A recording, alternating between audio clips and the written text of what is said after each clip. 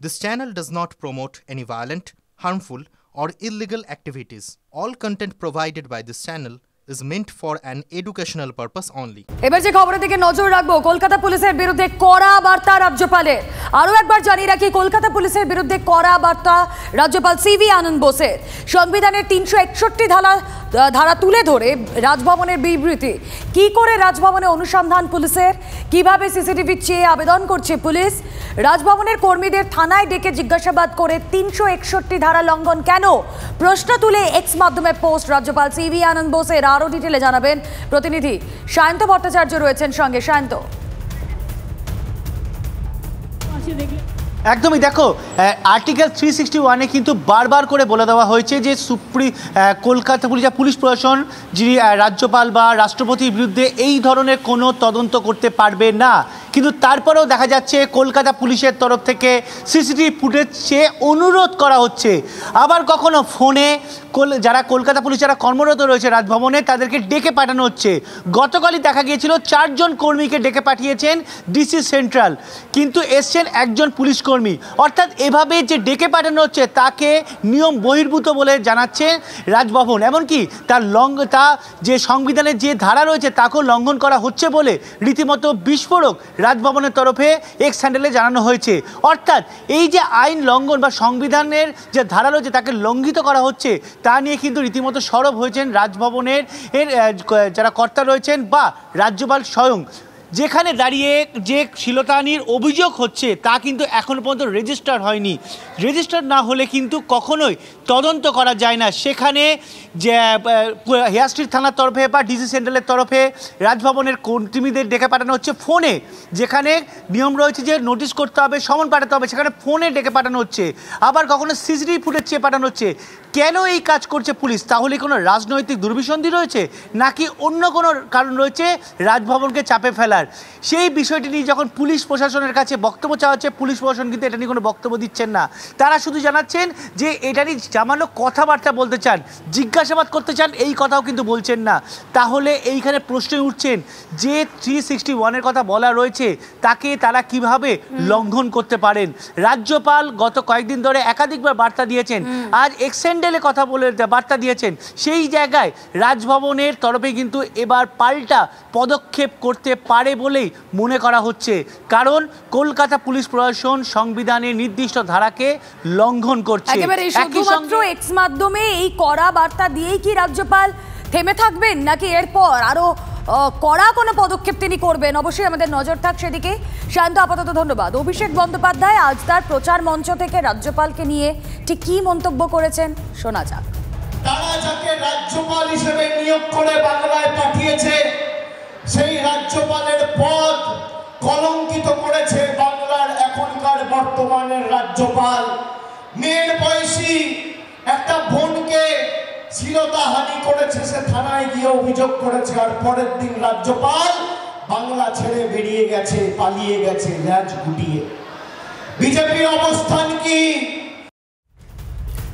সন্দেশখালীর শেখ শাহজাহান তার অনুগামী শিবু হাজরাদের বহিষ্কার নিয়ে পুনর্বিবেচনার ইঙ্গিত।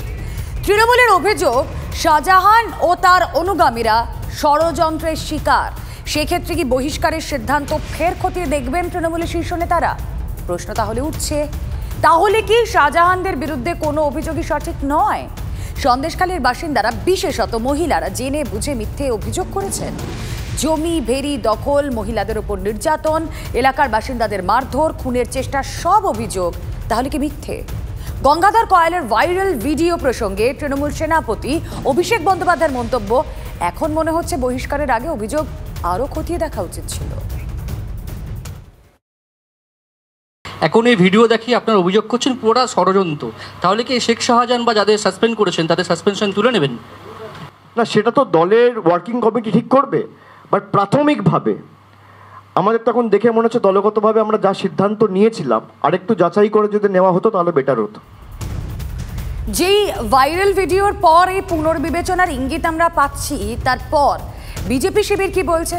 সুকান্ত মজুমদার, দেবশ্রী চৌধুরী এবং সবার আগে শুভেন্দু অধিকারীর বক্তব্য। ওটা শাহজাহানেরই পার্টি, এর উত্তর সন্দেশখালীর মহিলারা দেবে, এর উত্তর সন্দেশখালীর মহিলারা দেবে। ওই একটা চ্যাং তমাল সাহাকে দিয়ে শুরু, ওইসব করে কিছু হবে না। সিবিআই হবে, তমাল সাহার জিজ্ঞাসাবাদ চাই সিবিআই তুলে নিয়ে। ইলেকশন কমিশনের উচিত এই কেস এক্ষুনি হ্যান্ডওভার করে দেওয়া সিবিআই।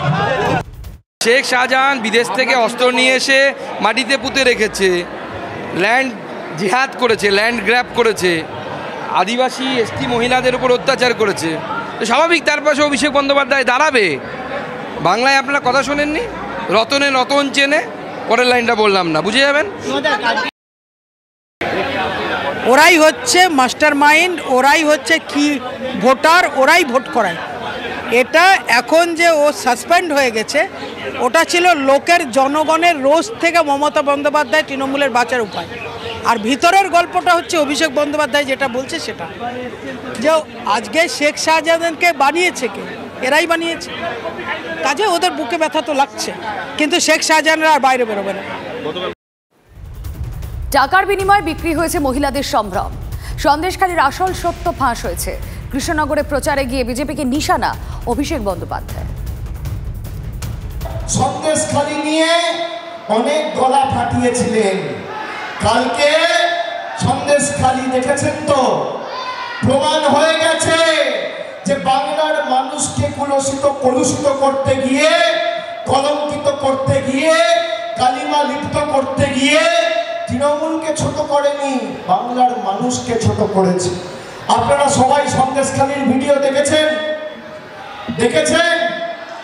মহিলাদের 2,000 টাকা দিয়ে বিজেপির নেতারা মিথ্যা কমপ্লেন করিয়ে বলেছে তাদের সম্ভ্রম, তাদের ইজ্জত 2,000 টাকার বিনিময়ে বিজেপি নেতারা বিক্রি করে দিয়েছে দিল্লির কাছে। যে 2,000 টাকা নাও আর মিথ্যে ধর্ষণের কমপ্লেন করো। আমি বলছি না, বিজেপির মন্ডলের সভাপতি সন্দেশখালী 2 নম্বর ব্লক গঙ্গাধর কয়াল বলছে। সন্দেশখালীর ভাইরাল ভিডিওকে জাতীয় স্তরে তুলে ধরার কৌশল তৃণমূলের। দিল্লিতে সাংবাদিক বৈঠক করে সন্দেশখালীর ভাইরাল ভিডিও নিয়ে বিজেপিকে নিশানা রাজ্যের মন্ত্রী শশী পাঁজা এবং তৃণমূলের রাজ্যসভার সাংসদ সাগরিকা ঘোষের। গোটা ঘটনাকে সাজানো ও বিজেপির রাজনৈতিক ষড়যন্ত্র বলে তোপ তৃণমূলের। রাজ্যের বিরোধী দলনেতাকেও নিশানা তৃণমূল নেতৃত্বে। It was a sinister plot. This was a huge conspiracy. It was all conspired by the BJP leaders and fabricated, orchestrated lies as grave as women have been raped, mass rapes, samuhik balatkar. So this is what the BJP was spreading. पूरा षड्यंत्र ये आप देख रहे हैं स्थानीय नेता ने की, और ये जो राज्य के नेता हैं, जो भाजपा के राज्य के नेता हैं, शुभेंदु अधिकारी के आदेश पे आप देख रहे हैं कि किस तरह से घिनौनी राजनीति, गिरी हुई राजनीति, शर्मनाक राजनीति कर रहे हैं ये लोग, कि महिलाओं को 2,000 रुपए देकर के, साधन देकर के झूठे रेप के आरोप लगाए गए हैं। সন্দেশখালীর ভিডিও নিয়ে বিজেপিকে নিশানা কুণাল ঘোষের। সরকার বিরোধী চক্রান্ত হয়েছে। চড়া সুর কুণালের। নারী নির্যাতনের মিথ্যে গল্প প্রমাণিত। বাংলার 5 কোটি মা বোনকে অপমান করেছে বিজেপি, এমনটাই অভিযোগ করেছেন কুণাল ঘোষ। কিন্তু তার আগে আরও কিছু বক্তব্য শুনব। অর্জুন সিং কি বলছেন শুনুন। প্রভাব খাটাচ্ছে, ষড়যন্ত্র ধামাচাপা দেওয়ার চেষ্টা করছে, প্রভাব খাটাচ্ছে। ফলে একে অবিলম্বে রাজ্যের ওই এলাকার ল অ্যান্ড অর্ডার ডিস্টার্ব করানোর যে চক্রান্ত ওখানে তৈরি হয়েছিল, এটা অ্যাবসলিউটলি রাজ্যের ল অ্যান্ড অর্ডার ডিস্টার্ব করানো, রাজ্যের মা বোনেদের সম্মান নিয়ে খেলা, রাজ্যের ভাবমূর্তি নষ্ট করা। ফলে একে অবিলম্বে কাস্টডিতে নিতে হবে এবং এই ভিডিওয়ে যাদের নাম উচ্চারণ হয়েছে তাদেরকে কাস্টডিতে নিতে হবে, নিয়ে ইন্টারোগেট করে দেখতে হবে যে এই চক্রান্তের পেছনে আর কে আছে। আইপ্যাককে দিয়ে এইসব করানো হয়, আপনারা জানেন আইপ্যাককে দিয়ে লাস্টে 2021-এ ইলেকশন কমিশনেও লোক ঢুকিয়ে রাখা হয়েছিল। তো আইপ্যাককে দিয়ে এইসব করাতে বিভ্রান্ত ছড়াবার জন্য পুরোটাই ফেক আছে, ওতে মানুষ উপরে কোনো ইফেক্ট নেই, ও টোটালি মানে ডক্টর করে এসব করানো হয়। এটা কি সন্দেশখালী চাপা দেওয়ার জন্য? হ্যাঁ, আর কি আছে, সন্দেশখালী আন্দোলনকে চাপা দেওয়ার জন্য এইসব করা হচ্ছে। সন্দেশখালীর ঘটনা সাজানো বলে একটি ভিডিও ভাইরাল হয়েছে। স্টিং অপারেশনের ভাইরাল ভিডিওতে কথা বলতে দেখা গিয়েছে গঙ্গাধর কয়াল নামে একজনকে। সন্দেশখালী এলাকার দাড়ির জঙ্গল এলাকায় গঙ্গাধর কয়ালের বাড়িতে TV9 বাংলা। যে জায়গায় বসে গঙ্গাধর কয়ালের সঙ্গে এই কথোপকথনের ভিডিও দেখা যাচ্ছে তার এক্সক্লুসিভ ছবি TV9 বাংলায়। গঙ্গাধর কয়ালের স্ত্রী বিমলা কয়ালের দাবি তাঁর স্বামীকে চক্রান্ত করে ফাঁসানো হয়েছে। তৃণমূলের বিরুদ্ধে চক্রান্তের অভিযোগ বিজেপিরও। গঙ্গাধরের বাড়ির সামনে তৃণমূলের বিরুদ্ধে বিক্ষোভ বিজেপির। সন্দেশখালী ঘটনার পরিপ্রেক্ষিতে স্টিং অপারেশনের যে ভাইরাল ভিডিও প্রকাশিত হয়েছে সমাজ মাধ্যমে, যে জায়গায় বসে কথোপকথন হয়েছিল বিজেপির এই নেতা গঙ্গাধর কয়ালের সাথে, সেই গঙ্গাধর কয়ালের বাড়ির ছবি। ঠিক এই জায়গাতে বসেই নাকি এই স্টিং অপারেশনের কথোপকথন হয়েছিল। একটা ভিডিও ভাইরাল হয়েছে যেখানে দেখা যাচ্ছে আপনার স্বামী গঙ্গাধর বাবু, তাই তো? হ্যাঁ। উনি বলছেন এই সমস্ত কিছু ঘটনা টাকা পয়সা, মোবাইল ফোন, বন্দুক ইত্যাদি দিয়ে করানো হয়েছিল। সব মিথ্যা, ওইগুলো সব টিএমসিরা পরিকল্পনা করে সব চক্রান্ত করে এসব ফাঁসানোর জন্য এইটা করেছে, যাতে সন্দেশখালীর আন্দোলনটা যাতে না করতে পারে তার জন্য। আচ্ছা, এই যে কথোপকথনটা হচ্ছিল বা যে ভিডিওতে যে ছবিটা দেখা যাচ্ছে স্টিং অপারেশনের ভাইরাল ভিডিওতে, সেটা কোন জায়গাতে হয়েছিল একটু দেখাবেন? কোন দিকটাতে? আমি তো ছবি দেখছি এইখানটায় বসে। এটা আপনাদেরই ঘর? হ্যাঁ। এই ঘরেই বসে হয়েছিল? হ্যাঁ। গঙ্গাধর বাবু কোথায় বসেছিলেন? গঙ্গাধর বাবু কোথায় বসেছিলেন? এখানে? এইখানেই তো ছবি দেখছি, এইখানে চেয়ারে বসে আছে। চেয়ারে বসেছিলেন মানে এই চেয়ারে বসেছিলেন? হ্যাঁ। আচ্ছা, আপনি বলছেন যে এইগুলো চক্রান্ত, কারা করেছে চক্রান্ত? টিএমসি চক্রান্ত করেছে। আচ্ছা, প্ল্যান করে তার ফাঁসানোর জন্য তাকে এই চক্রান্ত করে এটা করা হয়েছে।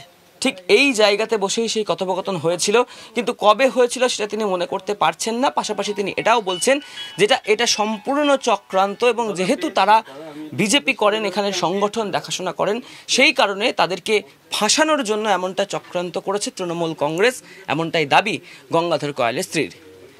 ক্যামেরায় মাখন পাত্রের সাথে অরিত্র ঘোষ, TV9 বাংলা, সন্দেশখালী। আমাদের নিরাপত্তার একটা সমস্যা হচ্ছে। এবার ওখানে যে ভিডিওটা দেখানো হয়েছিল ওটা সম্পূর্ণ মিথ্যে, এবং বাবার ছবির উপরে সম্পূর্ণ একটা মাস্টার এডিট করা হয়েছিল। ওখানে পুরো কথাগুলো সাজিয়ে বসানো হয়েছিল। এইবার আমি চাইছি যে সত্য সামনে আসুক। বাবা গেছে সিবিআই দপ্তরে, সিবিআইয়ের কাছে অভিযোগ করতে। সত্যটা সামনে আসুক, সবার সামনে আসুক, তৃণমূলের মুখোশ খুলে যাক। এবার আমরা বর্তমানে নিরাপত্তাহীনতায় ভুগছি।